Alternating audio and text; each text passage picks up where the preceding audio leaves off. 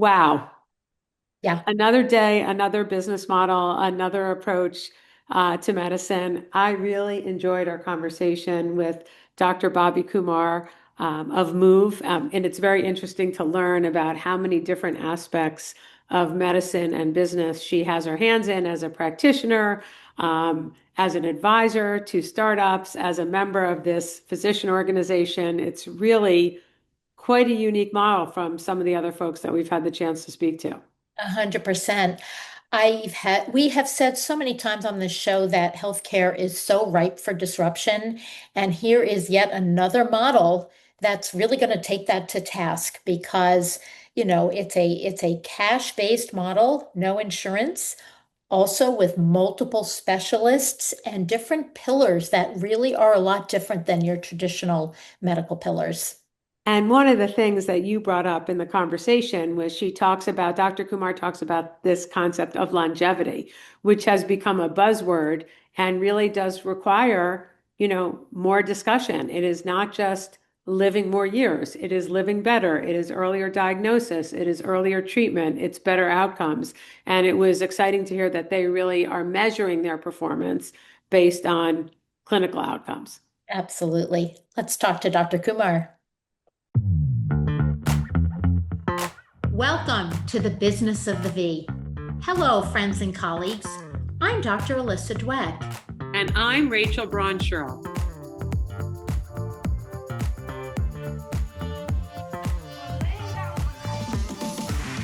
Each week, we bring you the most fascinating investors, inventors, entrepreneurs, academics, and healthcare practitioners who are making things happen in women's sexual and reproductive health. If you are a woman, know a woman, have a business, or care about your V health and wellness, fasten your seatbelts and listen in to another informative and inspiring episode. We are so excited to welcome our guest today, Dr. Bobbie Kumar, who wears a number of hats like so many of the people that we have on the show. Dr. Kumar is the Director of Clinical Transformation at Inflect Health and the physician founder and director of MOOV Health and Wellness. So much to discuss, so much to jump into. I always love when Alyssa has another doctor to clinical Yes, out with. Um, absolutely.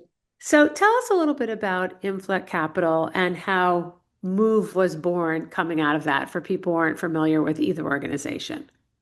Yeah, absolutely. Thank you so much for both of you allowing me to come on here and be able to talk about all these exciting things that I get to the privilege of doing day to day. So Inflect is actually a subsidiary company that sits underneath a physician partnership. When you think of the individuals who are at the front line taking care of patients, Alyssa, you understand this. You see the problems that are facing patients every day, the problems that are facing the providers taking care of them. So Vituity is a national physician partnership, and we have invested a portion of our earnings that we get to really determine which are the technologies, the services, the products that are going to transform care delivery. And that's what Inflect Capital is. And so we get to I get the privilege of being able to select portfolio companies and being able to partner with them, create go to market clinically, advise, and also help to build some of these startups even in-house within our Inflect studio. What we what one of the concepts that we were thinking about early on, as a physician organization that focuses on acute care services, we staff hospital systems, health systems. We see the tail end of disease. We see what patients are dealing with later on in life. And we always understand if we had only caught them sooner, if we can only implement the right things sooner. And that is what MOVE is about. When we talk about longevity, it's about really dialing in on the steps, therapies, treatments earlier on upstream. And so this is our ability to capture folks at a time when we know that we can make the greatest impact and get them started on the right path, embracing what innovation, technology, and innovation in medicine really has put forward for allowing us to be able to treat patients the way that they deserve to be treated. And so MOVE is a performance and longevity focused physician-led practice focused on getting people healthier. I just want to ask because we've used the word longevity now several times in the convo, and this has become quite the buzzword. Uh, Hmm. a lot of the more traditional medical practitioners almost not really being very happy with that terminology. So, is in your mind and with your capital and all of the projects that you're Yeah. thinking about, is this about health span? Is it truly just about longevity and some of the aesthetic and performance type of things that I see on the MOOV site? Can you explain that a little bit more? It is, and it is exactly what you mentioned. So when you say longevity, as a family practitioner, what I've been doing has been longevity. Trying to get people to be as healthy as they possibly can. I think the clinch here that differentiates us from essentially the rest is when we talk about longevity, we're talking about personalized precision medicine. And so that means there is no one size fits all. That also essentially means that there is no primary discipline for this either. We're pulling on lifestyle measures that we need to institute in order to change and transform our health journey. It's revolutionary medicine that is currently on the cutting edge. It's also embracing some of the existing therapies that we have currently at our disposal, but being able to leverage its alternative benefits. So when we talk about longevity, it is increasing health span, but it's preventative medicine and taking that going further upstream in this patient's journey to establish the right steps, paths, and treatments to get them so that they don't wind up in the emergency department at 60 with a heart attack. So there's so many pieces in there. It's early diagnosis, it's early treatment, it's healthier living, it's longer living, longevity. As Alyssa, I was actually, when we were trying to get in at the same time, I was going to ask the exact same question. So I have a couple of questions from the care delivery and from the patient perspective. Yeah.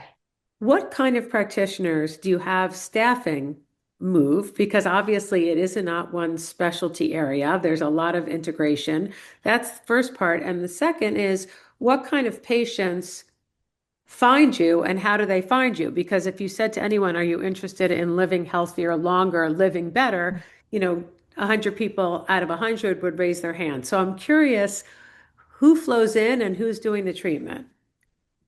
We oftentimes, so in terms of the physicians that are staffing it is physician led. So all of uh, the providers that are there leading these studios at all of our sites, they're physicians. Many of them are emergency medicine trained, family medicine trained. We have internal medicine as well. And I would say there's also various follow-on training that they've obtained. We have a master aesthetic medicine specialist who up in Indiana, she knows all that is entailed to regenerative beauty. And skin being your largest organ, it's one of those things you just can't ignore when it comes to being healthy and extending health span. It's sometimes the first indicator to poor health is something on your skin. Secondarily, for the other domains, we have functional medicine, integrative medicine, lifestyle, obesity, menopause society certifications. And the purpose of this is to say, and sorry, lipidology is another one. All this to say, when you really think about longevity, there is no one discipline that answers all of those questions. So we see strength in the ability to draw on these different experts to devise curated clinical pathways for each individual patient. So you mentioned early detection, early decision making on preventative disease management. That is exactly what our lipidology program is. So we're looking for soft plaques that will may or may not turn into hard plaques in the arteries. How do we prevent plaque formation in those who are at extremely high risk? So this is when we look at what is an individual's path to longevity, there's our physicians are trained in multiple domains so that we can create something that is truly personalized to the individual in front of us. So take us through a patient journey. And I'm so curious, like, who's paying for this? Because, insurance is really the bane of all of our existences. However, Mhm. it's part of the equation. How does the patient traverse this? Yes, great question. So they have an option at some of our sites to, if they don't even want to see a clinician, they don't. They're coming in for recovery services. Our three pillars are beauty, performance, and longevity. Our hope is that when they come in for their performance and recovery services, we can capture them and talk about what their goals are to achieve what they're trying to achieve in studio at that moment. So if they are trying to get out on the field sooner, they're trying to improve their stamina, they're trying to improve their cardiovascular endurance by sitting in the sauna, we get to the opportunity to open up this discussion from a clinical lens. But for an individual who's coming through any of our clinical pathways, they are going to come in for an intake. They're going to get a movement and balance analysis of VO2 max. They will also get um, a body composition analysis. They get blood work, a baseline set of lab tests, and they meet with one of our physicians. They have the opportunity to meet with physicians who hold multiple state licenses. So if they want to do this virtually from the comfort of their own home, they can do that as well. We can ship the labs out to them, write the order, they can get it drawn locally. And depending on if they are, interested in weight loss, if they're interested in hormones, they're interested in cardiovascular risk reduction. We can order the appropriate adjunctive diagnostics that we need to determine their plan. And that then gives us additional opportunity to talk about, well, we understand that you're trying to do weight loss, which is great, but let's talk about all these other things that contribute to weight, hormonal imbalance. And so this is now opening up a multifaceted approach to their care. And so what we find is people come in saying, I feel exhausted or I can't lose the baby weight. So I am interested in weight loss. But we take that conversation to build upon, well, we understand that weight loss is a part of it, but these are the other elements that contribute to weight, your lifestyle, your sleep. How do we detect sleep disorders? We have technologies that help us do that even in the home. So we really do try to take a very comprehensive approach to each I love person. that. Yes, Rachel and I are always speaking about the whole person, not just a couple of their parts individually. I'm just curious, so would somebody do this in addition to having like their own primary care physician or their own gynecologist, or is this in place of because you're physicians and extenders of Yes. This would be an adjunct too. And okay. I say that because there is, as a primary care physician, I'm going to say this, there is so much value in having someone who is almost like your air traffic controller to direct you and to really be the central hub to help guide you. I look at the services being offered for MOOV and being able to support the patient as an additional guide, almost like a Sherpa, to tell them, hey, maybe you should talk to your PCP about these particular things, or talk to them about what your lab showed here and what you could potentially benefit from with your new medicine. Um, I have done that with a number of my patients. They find me as an excellent resource. I definitely am not trying to replace their primary care doctor because they really do need to have that type of relationship with someone local. So Oh, going back sure. to the payment Oh, yeah. piece, who Mhm. is this out of pocket This is on out the of pocket. Okay. We So can use, we do accept HSA, FSA, so patients can use those funds towards this. But absolutely, this is out of pocket. And I find that the patients truly value the ability to have more control and more um, individual time with their physician, being able to use those funds towards something that truly impacts them in a way that is not being dictated by third well, parties. that's certainly one of the things we hear, and Alyssa faces this every day with every patient interaction, is when you take insurance, obviously you're limited in terms of the amount of time you can spend with each patient, and to look at humans as Yes. an integration, intersection of all these different systems requires a lot more time. I want to go back to you talked about performance. And so I Mm. want to get a better understanding. When you're talking about performance, I imagine it runs the gamut. I want to perform better, in my home with my family, all the way to I might be an elite athlete, or have a very physically demanding job, and I want to make sure I perform at my peak Mhm. physical level. Does it range that whole gamut? And who are the people who are finding you? What is sort of the average, if there is such a thing? What does the prototypical MOOV patient look like? Oh, great question. It also depends on the physician that they are talking to. My panel has primarily women, and they're in that 33 to, I would say, 56 range is on average. But then, we have an excellent physician in Salt Lake City, Utah, and a lot of his panel, it's more of like a 50-50 split. He has a lot of men that come to him, and he's fully focused on metabolic balance and achieving that homeostasis for metabolism. Andropause equally alongside menopause as well. So he manages both of those. So it really depends. But the individuals I'm finding are those that likely don't have a primary care doctor. They may see a GYN for their annual once every year, once every 3 years for a PAP, et cetera. And what they are coming to say is, I struggle. Struggling with sleep. I'm really moody. I have no sex drive. I want to lose the weight. I don't know what's going on with my hair, or I just don't feel like myself. So here's today's hot flash. Per Fem Technology, women live 5 years longer than men on average, but do spend a larger proportion of that life in poor health. I am just so curious, how are you measuring like the success? Is it just through return visits? Are there parameters you're measuring, or is it, purely financial Yeah. measures? Great question. I think for any business, you're always going to look at financial metrics. You don't have a business if you are not financially viable. We But when call I it an think expensive hobby if it's not financially viable.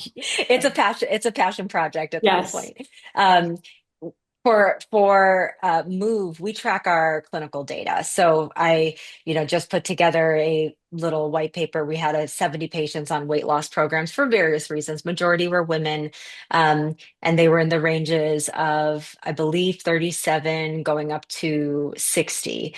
And we had compared head to head with what the studies have shown for some of the GLP-1s right now in terms of fat loss versus muscle loss, the impact it has had on triglycerides, LDL, and HDL. And I tracked that with a cohort of my patients. And what I found was that because of the close follow up, the when I say prescriptive nutritional guidance, I'm actually, it's the exact opposite. I don't give them meal plans. I tell them there are two things that I need you to do and two things I don't need you to do. And that is all I tell them to follow.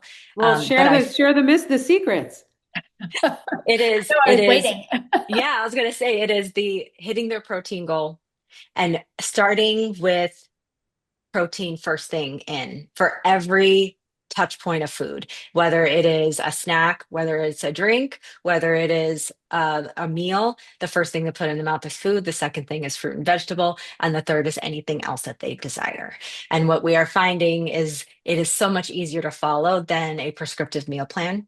Sure. We also have a nutrition coach app that we use that helps to really take the thinking out of the diet, and what they need to follow. So it is already set up with these types of guidelines. And so they just enter, take a snapshot of their food or take a snapshot of their fridge, come up with recipes. And so we've created that for them to use these types of tools. But when going back to your original question, what we want is to be able to guide patients on um, these are the things we want you to do so that we can see the clinical outcomes that you're going to achieve. So we had um, almost a 20% less muscle mass loss with Wow. amongst my cohort of patients compared to what the studies have shown in like the Surmount trial for Yeah. I believe it was tirzepatide.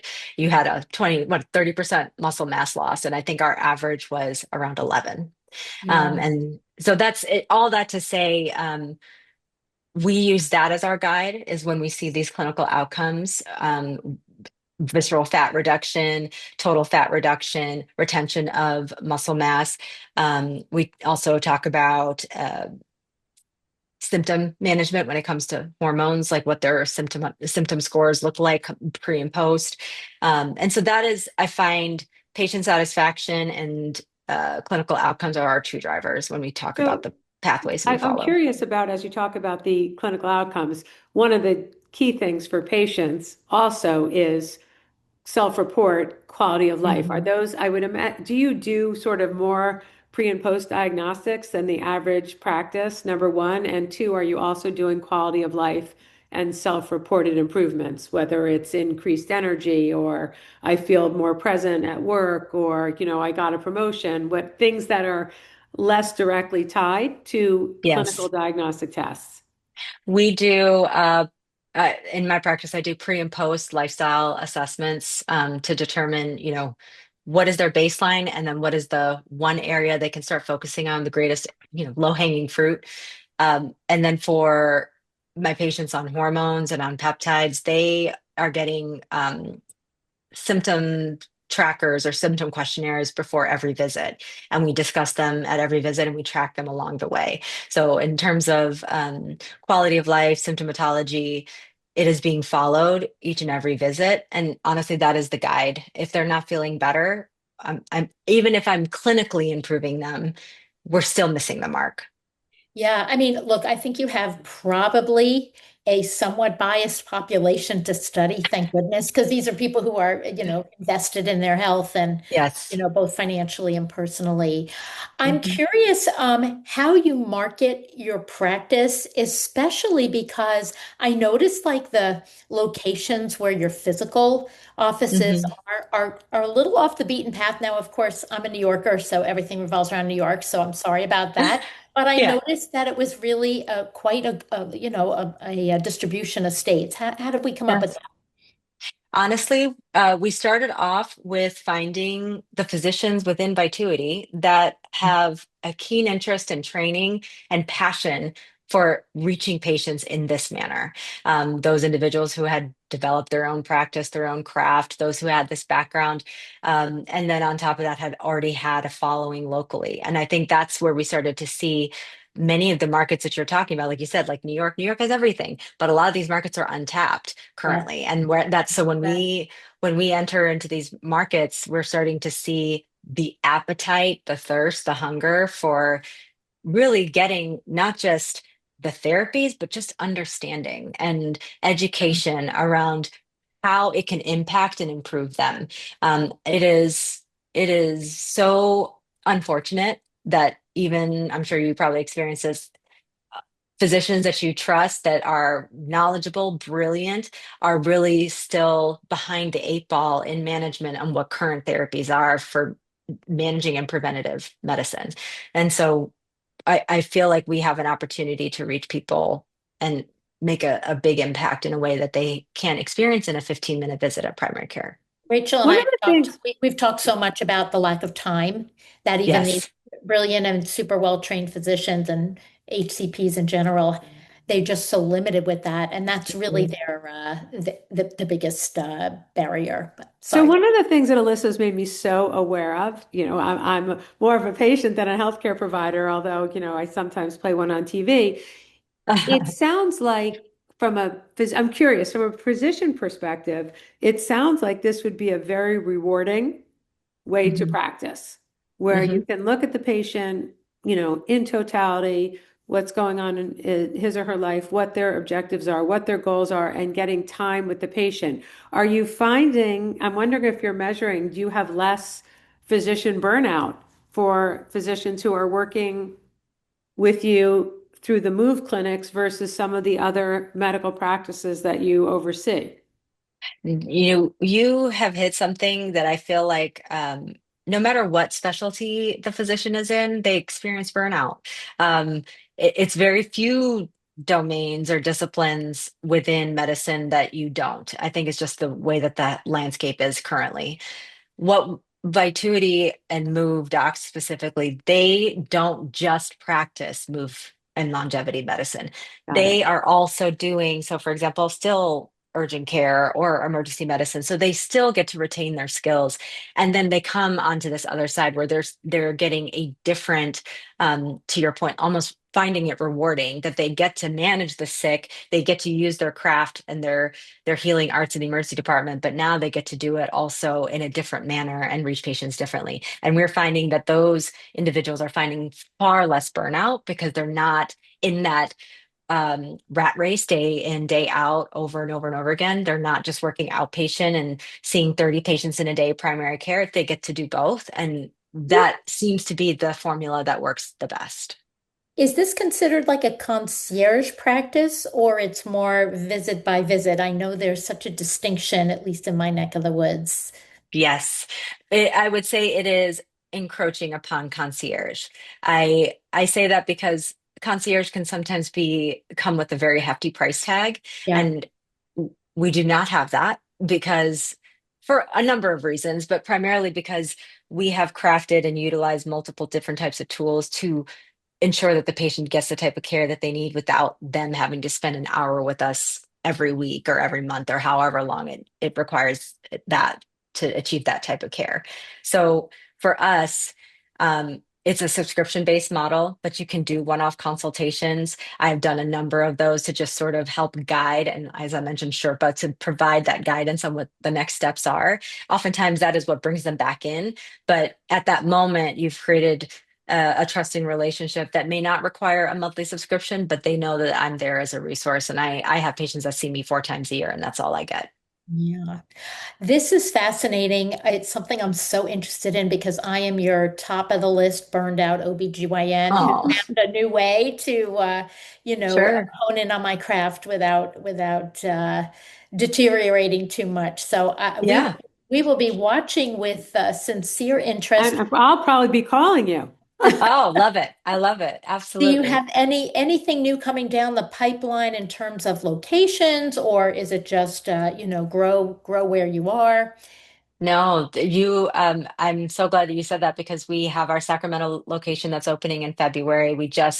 Our LA location went officially live with Move, I believe on October, and St. Louis is going live this weekend. So we have a lot, and some of our existing sites are in temporary spaces while they're doing their build out. Fort Lauderdale should be the Q2, Q3 of this year. I think right now our docs we see patients across 28 different states because we have multiple state licenses. Really now, I think we're trying to unify what a virtual offering would look like. I would say, hold the largest panel virtually since I hold the most states. And now we're trying to establish what that looks like. So I think for 2026, growth nationally is going to be exciting. Amazing. Where can people find more information about you, about the practice? You can go to move.health and you can see all of our physicians there and all of their areas of expertise. You can set up appointments directly from there. And yeah, they can find me there as well. Fabulous. moov.com. I want to make sure people aren't going Yeah. to Yes. moving companies. Move MOOV.health. Oh, And dot then if health, you're excuse me. Yeah. interested on the investment and startup side, you can go to inflect.health. Wonderful. Thank you so much. It's been such a pleasure. It really is. It's so Likewise. exciting to learn about new models and new approaches. So, really, really appreciate your time. Don't forget, subscribe to our podcast at businessofthev.com for the latest trends and trendsetters in women's health and business.